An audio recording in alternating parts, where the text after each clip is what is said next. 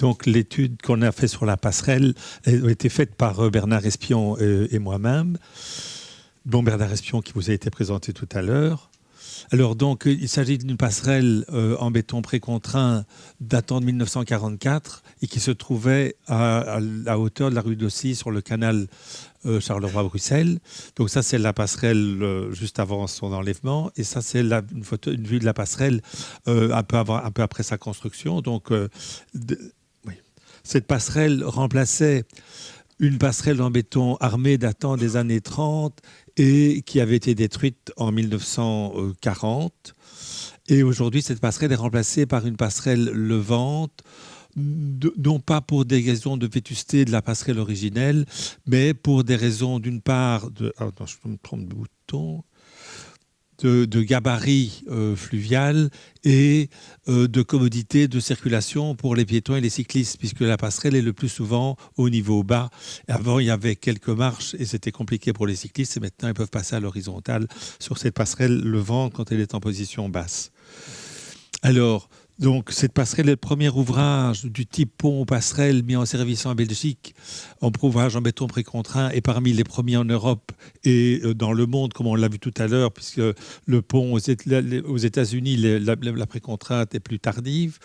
Alors, il existe, comme l'a dit Jean-Marc, un grand nombre d'ouvrages de cette technologie, de système Blaton-Maniel, en service encore en Belgique. Il est important de savoir comment ces ouvrages se comportent dans le temps, et donc on a profité de l'opportunité de cette démolition pour pouvoir étudier notamment la capacité portante de l'ouvrage après 74 ans d'utilisation. Alors l'exposé, je vais d'abord dire quelques mots de la précontrainte, puis rapidement décrire la passerelle, donner les investigations réalisées et tirer quelques conclusions. Alors, en précontrainte, il y a deux techniques. D'une part, la précontrainte par prétention au prétentioning. On tend un câble entre deux culées, on bétonne la poutre autour du câble, et puis on coupe le câble et l'effort de précontrainte se reporte sur la poutre. Prétentioning, puisque le câble est mis en tension avant le bétonnage. La précontrainte par post-tensioning ou par post-tension, on bétonne la poutre en ayant une gaine dans la poutre et le câble qui est déjà mis dans la gaine, mais qui est pour le moment pas mis en tension. Puis on met le câble en tension en agissant, les vérins agissent sur la poutre, et puis on bloque le câble à l'extrémité. Et donc, il y a deux effets de cette précontrainte par post-tension, par câble parabolique. Il y a d'abord un premier effet qui est une action antagoniste. Dès qu'on tire sur le câble, il a tendance à se mettre à l'horizontale et il va solliciter la poutre de bas vers le haut. Et deuxième effet, la compression qu'on exerce à l'extrémité va mettre en compression les zones de la poutre qui seront mises ultérieurement en traction. Donc une poutre en béton précontraint est nettement plus performante qu'une poutre en béton armé de même section, ou à contrario, pour une même sollicitation, la précontrainte conduit à des économies significatives d'acier et de béton et donc de ciment. Et comme il a déjà été dit tout à l'heure, c'est d'autant plus intéressant en période de guerre ou de reconstruction. Alors, donc, quelques mots de la précontrainte encore. Donc, ici, on voit, la précontrainte est inventée en France par Eugène Freycinet dans les années 30, donc début des années 30, et puis ça s'est développé calmement dans la décennie pour avoir un plus grand essor pendant et après la Deuxième Guerre mondiale. Dans le système Freycinet, vous avez donc le câble dans sa gaine composé de différents fils, et tous les fils seront mis en tension en même temps. Donc on va tirer sur tous ces fils en s'appuyant sur l'extrémité de la poutre, et puis on va mettre un cône mâle dans le cône femelle qui va coincer les fils, et lorsque les fils vont être relâchés, ils vont avoir tendance à rentrer et s'auto-bloquer. Donc tous les fils sont tendus en même temps pour chaque câble. Par contre, dans le système Blaton-Maniel, qui a été mis au point pendant la Deuxième Guerre mondiale par le professeur Maniel de l'Université de Gand, dont il a déjà été question, et par les entreprises Blaton, les fils sont mis en tension deux par deux. Donc, on le voit mieux ici. Donc, par niveau, il y a deux fils qui vont être mis en tension et coincés par un coin, puis les deux autres fils coincés par un coin, et on va superposer toutes ces plaques d'ancrage les unes sur les autres. C'est pour ça qu'on parle d'ancrage sandwich. Alors, deux exemples d'ouvrages remarquables qui existent en région bruxelloise de cette technologie. Ce pont-ci, le pont de la rue du Miroir, pont expérimental, qui a été construit entre 1942 et 1944, donc un peu avant la passerelle, mais qui a été mis en service après. La passerelle, parce qu'il a été mis en service lorsque la jonction a été mise en service au début des années 50.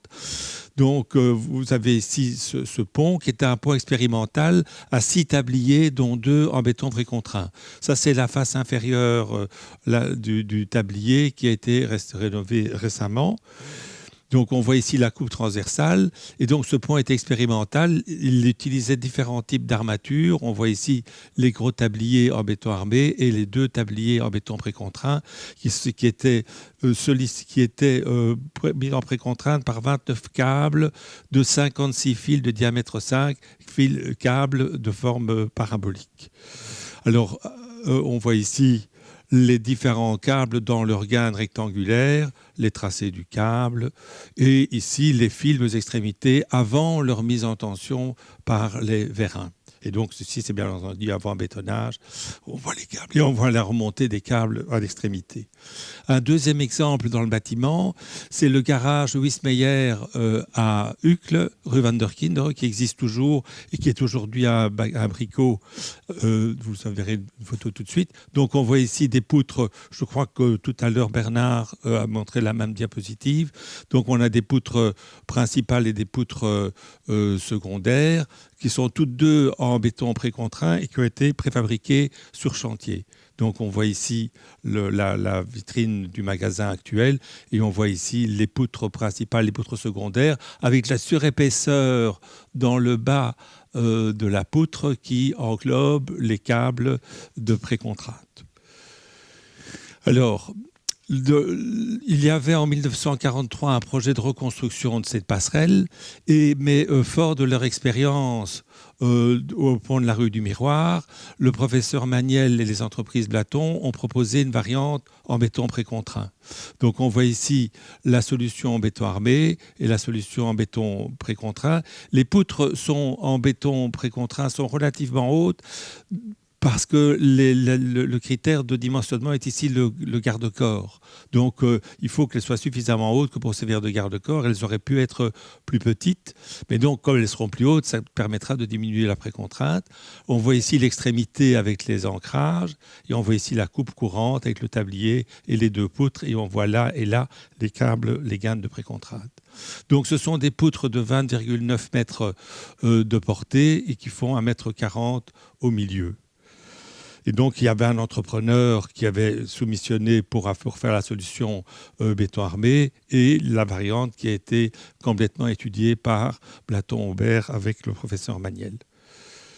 On voit ici les tracés de câbles. Donc, deux câbles, chacun de 40 fils de diamètre 5 mm. Un câble parabolique qui, sur sa mise en tension, sollicite la poutre de bas vers le haut, mais donne de la traction à la fibre inférieure à l'extrémité et un câble horizontal bas pour éliminer cette traction. On voit ici les gaines à l'extrémité et on voit la gaine dans la partie centrale des 2 câbles se mixent et n'en forment plus qu'un de 80 fils dont on voit la gaine à cet endroit-là. Alors, cet ouvrage est particulièrement bien documenté pour 2 raisons. D'abord, c'est un ouvrage qui avait un caractère innovant et il est documenté dans la publication du professeur Maniel dont M. Espion vous a parlé tout à l'heure et dans un article très complet dans les Annales des travaux publics. Mais en plus, grâce au fonds Blaton, dans les archives de Blaton, dont il était déjà abondamment question aujourd'hui, contiennent entièrement le dossier d'exécution de la passerelle, avec les plans de coffrage et d'armature, les notes de calcul détaillées, les plans des câbles de précontrainte, les compositions et caractérisations des aciers et du béton, et la description des opérations de précontrainte, l'allongement des fils, etc. Donc on a un dossier qui est particulièrement complet et qui nous permet de tirer des conclusions, qui nous permettra de tirer des conclusions très fines des essais que nous avons réalisés. Alors, la première chose qu'on a fait, bien entendu, c'est de faire un examen in situ de la passerelle. Là, on n'a pas décelé de désordre. Ceux-ci sont les culées d'extrémité. Il y avait simplement des petits désordres au niveau des murs d'appui, mais sans préjudice pour la passerelle. Et il y avait tout de même un petit désordre. La passerelle a été heurtée il y a on ne sait pas exactement quand, par un convoi fluvial hors gabarit et qui a créé un éclat de béton qui a mis à nu la gaine. Pas les fils, mais rien que la gaine de précontrainte. Alors, pour pouvoir étudier cette passerelle plus en détail et la mettre en charge, cette passerelle a été enlevée de nuit et transportée par convoi exceptionnel sur un site d'essai sur laquelle nous avions préparé, ou l'entrepreneur avait préparé, 2 semelles pour recevoir la passerelle. Et donc, la passerelle a été placée sur ces semelles. Et la première chose qu'on a faite, c'est la peser pour valider, puisque, bien entendu, avec la géométrie, on peut en déterminer le poids, mais comme il y a un certain nombre de petites variables, on a commencé par la peser pour avoir le poids exact qui sera important pour connaître les sollicitations. La deuxième chose que nous avons faite, c'est de la nettoyer proprement pour pouvoir l'examiner en détail. Et ça nous a permis de constater qu'elle était fissurée dans la partie centrale. Donc il y avait une fissure qui montait sur quasiment, pas toute la hauteur bien entendu, mais sur une partie significative de la hauteur. Et cette fissure est due à une précontrainte insuffisante. Il y avait d'abord une précontrainte insuffisante qui avait été constatée lors de la mise en précontrainte, parce que l'allongement des fils était inférieur à l'allongement des fils souhaités. Et puis, les paires de précontraintes sont supérieures aux paires de précontraintes qui avaient été projetées. Mais cette précontrainte insuffisante, cette fissuration ne donne aucun préjudice à la durabilité de l'ouvrage. Alors, les essais suivants que nous avons réalisés, donc là on voit, on avait ouvert un peu la gaine de précontrainte à l'endroit de l'éclat du choc du bateau, et on voit encore tout le coulis. Disons qu'un élément que je ne vous ai pas précisé tout à l'heure, lorsqu'on met le câble en tension dans sa gaine, on ne va pas laisser du vide dans la gaine, on va injecter un coulis alcalin de manière à protéger le câble de précontrainte de la corrosion.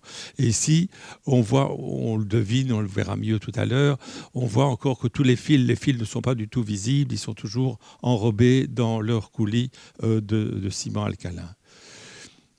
Alors, les différents essais, des essais sur béton, on va en dire quelques mots, des essais sur les fils de précontrainte. Ça, c'est des essais sur béton, on a fait des carottes et puis on a fait des essais de laboratoire. Des essais sur les fils de précontrainte, on a fait des essais sur les fils qu'on a découpés. Et puis, on a fait une mise en charge progressive de la passerelle avec suivi des déformations, des fissurations et des flèches. Alors d'abord ici le béton, ceux-ci sont des éléments de composition et les rapports d'essai sont des éléments que nous avons retrouvés dans les dossiers d'archives. Et il y avait une résistance à la compression sur cube de 48,2 mégapascales qui est passée à 69 mégapascales sur cylindre. Les essais sur cylindre donnent des résultats inférieurs à ceux sur cube. Et donc, si on convertit, on voit qu'il y a eu une augmentation de l'ordre de grandeur de 80% de la résistance du béton. Donc, le béton a bien une augmentation significative depuis ses 14 jours jusqu'à ses 74 ans. Et on a une masse volumique de 2457 kg par mètre cube qui est assez important parce qu'on est généralement dans les 2400. Donc, il montre un béton compact. Alors, si on regarde du point de vue de la carbonatation, on a une carbonatation qui est extrêmement faible. Avec l'analyse du CaCO3, on voit une carbonatation, c'est une échelle logarithmique d'une dizaine de millimètres, mais si on s'en tient au pH, on a 2-3 millimètres de carbonatation. Et donc, le béton aurait plutôt, vous allez comprendre tout de suite pourquoi, joué tout à fait son rôle de protection, mais comme il n'est pas armé, on n'a que les câbles de précontrainte et que les câbles de précontrainte sont dans la gaine et qui est très à l'intérieur du béton, on n'a vraiment aucun problème de ce côté-là. Alors, des essais de traction ont été faits sur les fils. Donc, c'est des courbes qu'on a ici, mise en traction, mise en contrainte de traction et déformation.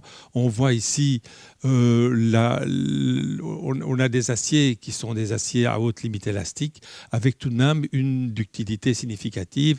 Et ces essais sont tout à fait comparables à ceux qui ont été faits avant la réalisation, sur les aciers avant la réalisation.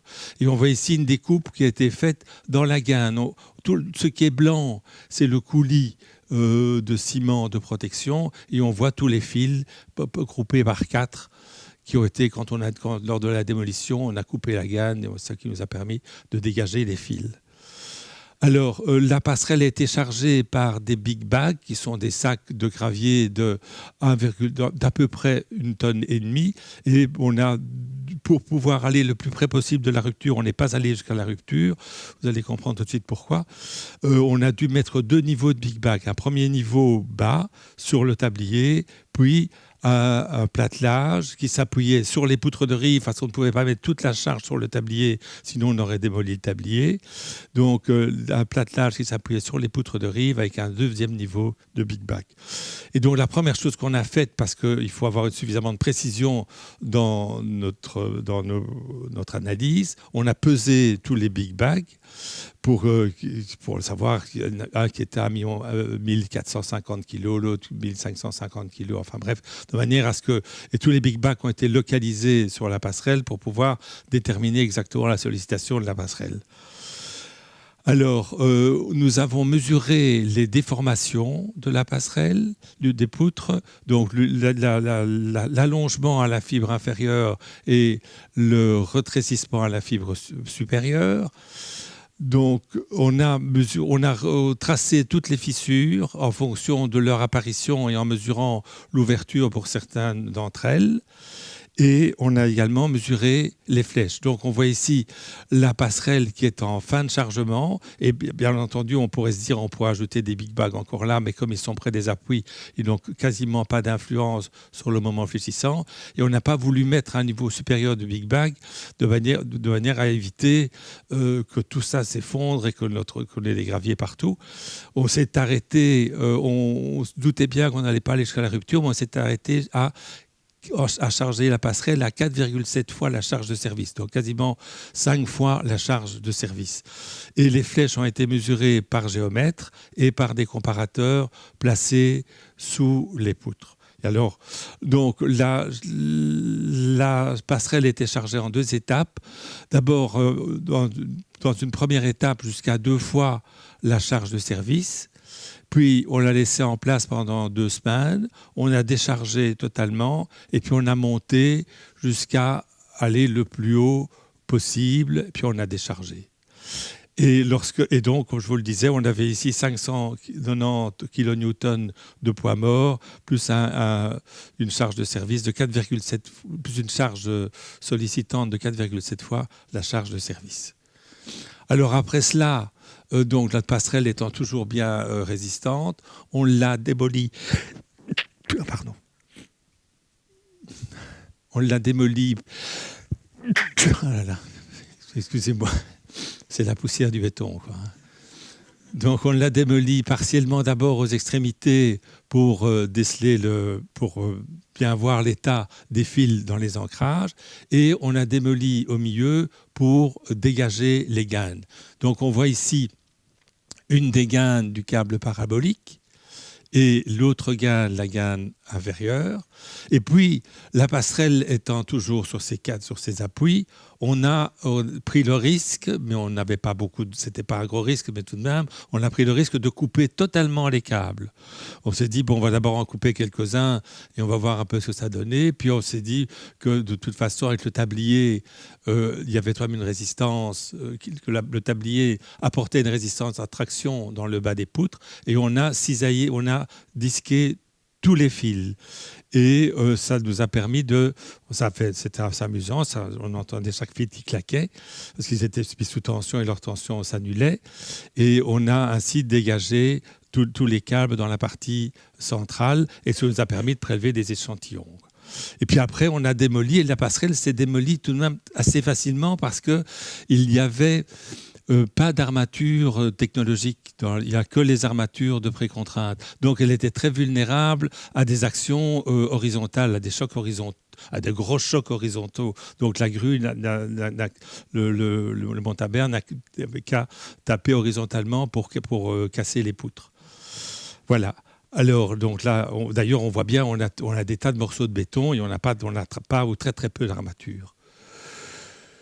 Qu'est-ce qu'on peut en tirer comme enseignement? Qu'on avait un béton d'excellente qualité, très peu carbonaté, que les armatures étaient en remarquable état, il n'y avait pas du tout de corrosion, que malgré les pertes de précontrainte qui étaient montrées par la fissuration sous poids propre, les flèches en service sont très faibles et comparables à la flèche mesurée en 1944 lors de l'essai de mise en charge, que les fissures qui sont apparues lorsqu'on a monté à 2 fois la charge de service se sont refermées quand on a déchargé, que la capacité portante a presque été atteinte, on le voit, parce que la courbe commence à se rapprocher de l'horizontale, mais qu'on n'a pas été jusque-là et qu'on est allé jusqu'à 4,7 fois la charge de service. La charge de service était 400 kg par mètre carré, donc on est allé jusqu'à peu près 2 tonnes par mètre carré. Malgré l'absence d'armature autre que les câbles de précontrainte, donc c'était d'abord ceci.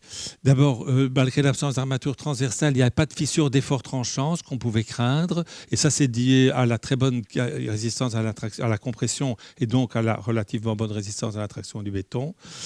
Malgré l'absence d'armature autre que les câbles, donc à cause de cela, il y a de la fragilité sur les actions non prévues. Et on peut dire aussi que la durée de vie de la passerelle était très loin d'être atteinte après 74 ans. Et que l'ouvrage n'avait rien perdu de sa capacité portante. Je vous remercie de votre attention.